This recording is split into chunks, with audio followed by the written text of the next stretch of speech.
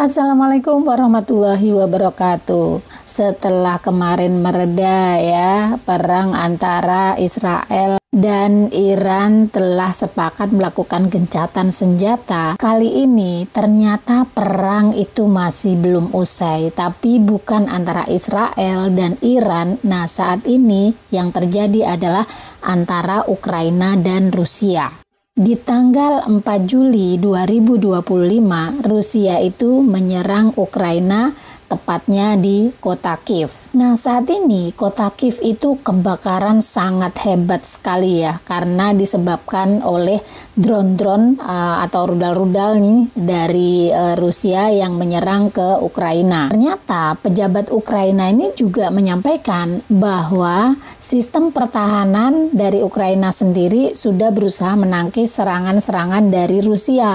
Akan tetapi ternyata sistem pertahanannya itu ya kebobolan, karena ternyata Ukraina itu berhasil diserang oleh Rusia dan akhirnya kota Kiev ini kebakaran sangat hebat sekali. Pejabat setempat juga mengkonfirmasi bahwa pada pukul 4 dini hari beberapa fasilitas yang sebagian besar adalah non-perumahan di beberapa distrik juga telah terkena serangan secara beruntun.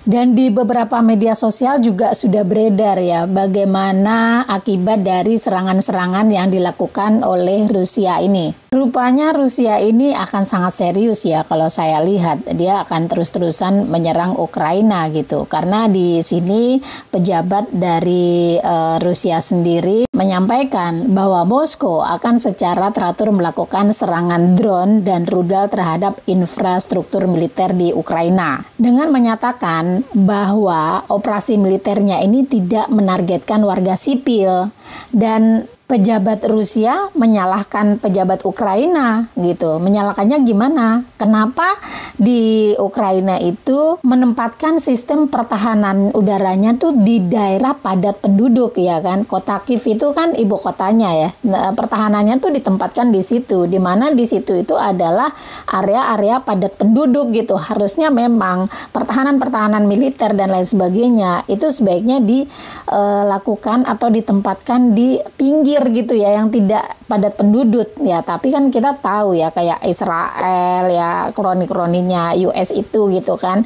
dia selalu begitu gitu. Kayak misalnya kemarin di Israel itu ternyata di bawah rumah sakitnya tuh ada kayak semacam ya operasi militernya di situ gitu, padahal atasnya itu rumah sakit. Ya mau nggak mau si Iran akhirnya ya nyerang rumah sakit itu, karena memang ternyata benar di bawah rumah sakit itu ada semacam kegiatan militer seperti itu kan. Ini Rusia juga sama gitu. Sebenarnya Rusia itu juga tidak menargetkan warga sipil, tapi menargetkan fasilitas-fasilitas militer yang bisa digunakan Ukraina untuk menyerang Rusia.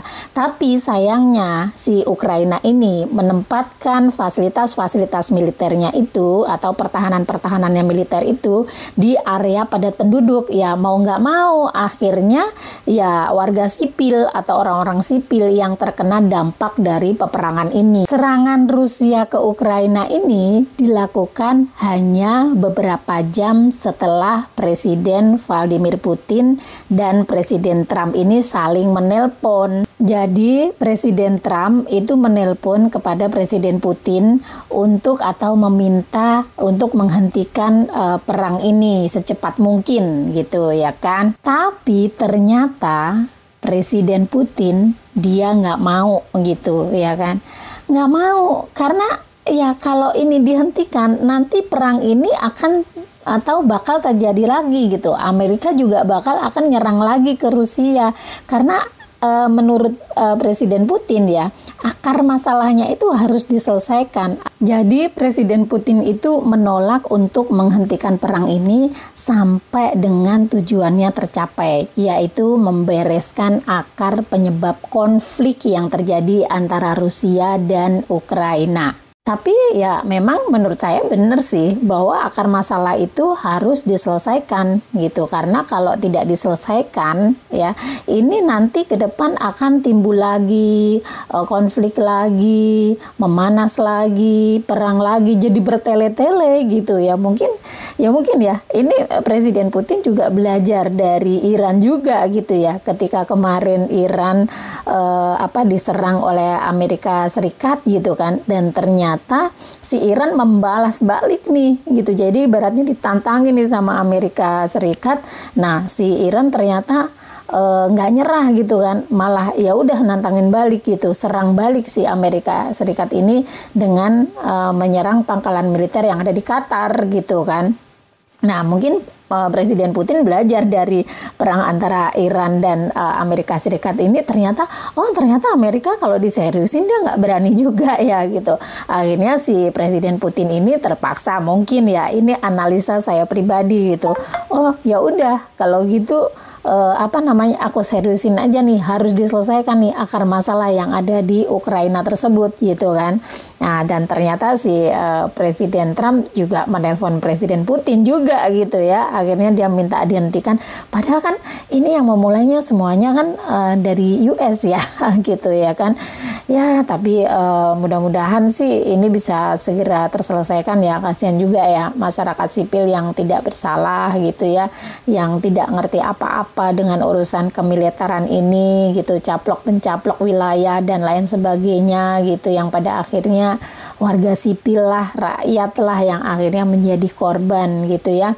Oke, kalau menurut teman-teman gimana nih dengan tindakan Presiden Putin ini? Apakah tindakan Presiden Putin ini sudah betul dengan ya udah lanjut aja perang nih sampai akhir masalahnya selesai gitu ya? Gimana menurut pendapat teman-teman?